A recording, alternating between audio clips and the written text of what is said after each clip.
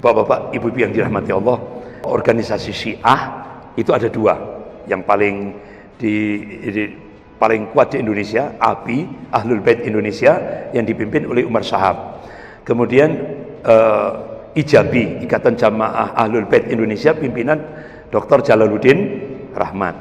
Tapi kalau yang tadi itu, yang tadi saya sampaikan ada 30 ormas Islam, ya kan? 30 ormas Islam yang dijadikan garda terdepan Zionis Yahudi Internasional di Indonesia. Itu bisa kita lihat di webnya The Asia Foundation dan The Fourth Foundation. Bisa Pak dibuka itu. Tidak tahu kalau The Asia Foundation atau The Fourth Foundation. Ada itu 30 ormas. Insya Allah belum dihapus. Tidak tahu kalau dihapus itu. Saya langsung waktu itu saya copy, ya saya download, saya copy, langsung saya masukkan laptop saya. Dari 30 ormas itu lengkap namanya, tokohnya, alamatnya lengkap, termasuk berapa US dollar yang diterima. Jadi itu program liberalisasi Islam. Artinya apa? Dia menyuguhkan Islam tidak lagi bersumber pada Al-Quran dan hadis, tapi dia sebarkan, dia suguhkan Islam sesuai dengan rokyunya, akalnya. Selama ini kita mungkin belum tahu apa di balik ini. Sebenarnya itu diungkap oleh Ketua Purnawirawan Angkatan Darat, yaitu Bapak Letnan Jenderal Purnawirawan TNI Kiki Sanagri. Jadi beliau pernah diundang seminar internasional tentang Papua itu di Melbourne, Australia. Nah di sana Profesor Kingsbury beliau itu guru besar ilmu politik di Universitas Melbourne. Ini ternyata dari situ Pak ada dokumen yang sudah artinya terungkap gitu. Tapi ini tidak perlu saya sampaikan karena itu artinya riskan gitu. Dan itu diungkap tahun 2014. Beliau punya dokumen gitu. Nah, selama ini Bapak-bapak, Ibu-ibu yang dirahmati Allah, pasca Kongres Partai Komunis Cina tahun 86 itu ada 3 hambatan Cina untuk intervensi ke Indonesia. Yang pertama yaitu regulasi, terutama TAP MPRS nomor 25 tahun 66, Undang-Undang nomor 27 tahun 99. Ini kan benar-benar hambatan bagi Cina untuk intervensi, karena itu kan larangan ideologi komunis untuk wilayah Indonesia, seluruh Indonesia. Yang kedua, positioning Pancasila sebagai musuh komunis itu kan masih kuat. Yang ketiga, artinya semangat anti komunis di kalangan kaum muslimin itu juga masih kuat. Nah ternyata dari 3 hambatan ini, hasil Kongres Partai Komunis Cina tahun 86 di Tiongkok, ya, itu poin yang ketiga ini yang bisa ditembus umat Islam. Bagaimana strateginya? Strateginya pakai divide et impera, adu domba. Satu diangkat, satu diinjak. Nah ngangkatnya ini pakai fulus, DP-nya 1,5 triliun. Dan itu disiapkan 20 triliun. Nah, yang diinjak itu pakai stigma Islam radikal. Stigma Islam radikal. Jadi stigma Islam radikal itu hanya hantu yang sengaja diciptakan untuk menjadikan umat Islam yang diinjak ini sebagai musuh. Jadi ini proyek. Ini proyek. Makanya umat Islam harus cerdas melihat itu.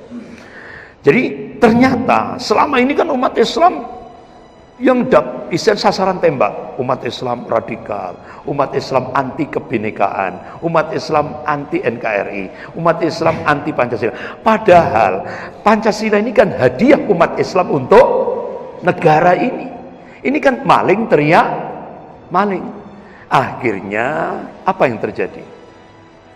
Makar Allah, wa makar Allah, wallahu khairul makirin. Mereka membuat makar, tapi Allah membalas makar mereka, dan Allah sebaik-baik pembuat makar. Akhirnya Allah tunjukkan siapa yang sebenarnya anti NKRI, siapa yang sebenarnya anti merah putih, siapa yang sebenarnya anti kebinekaan. Ternyata kan terbongkar juga, Pak. Peristiwa Malang itu, peristiwa Malang, Jawa Tengah, Jawa Barat, sampai Jakarta, sampai akhirnya di depan, di seberang Istana Negara, pengibaran bendera OPM, ya kan? Itu ternyata bapak-bapak, itu pengendalinya ada dua tokoh, dua orang ini. Yang satu advokat, yaitu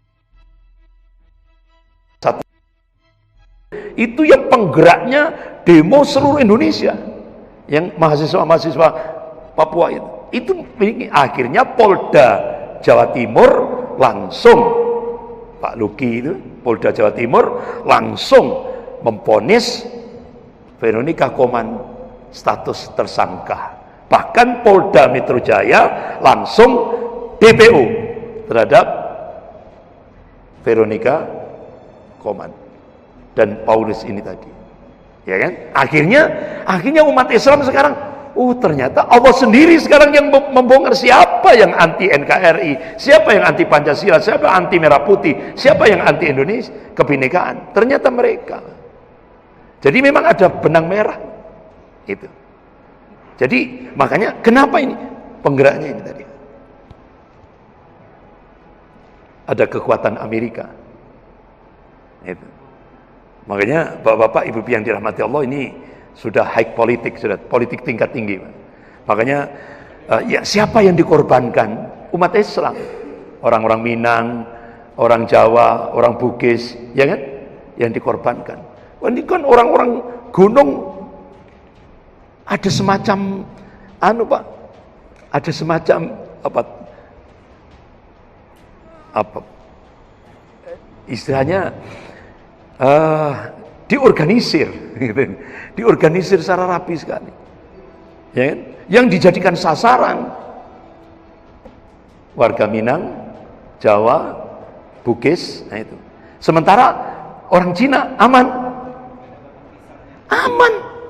Orang-orang Cina di Papua aman.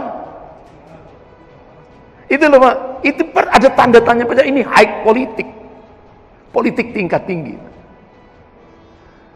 Nah, jadi benar-benar ini, ya insya Allah, mudah-mudahan umat Islam semakin cerdas gitu. Karena apa, sunatullahnya umat Islam itu semakin di-pressure akan semakin solid, ya kan? Dan saya masih teringat apa ucapan terakhir Panglima TNI yang dulu, Jenderal Gatot Nurmantio. Beliau memberikan statement terakhir dia. Benteng terakhir negara kesatuan Republik Indonesia ini umat Islam. Benteng terakhir. Benteng terakhir NKRI ini adalah umat Islam. Itu.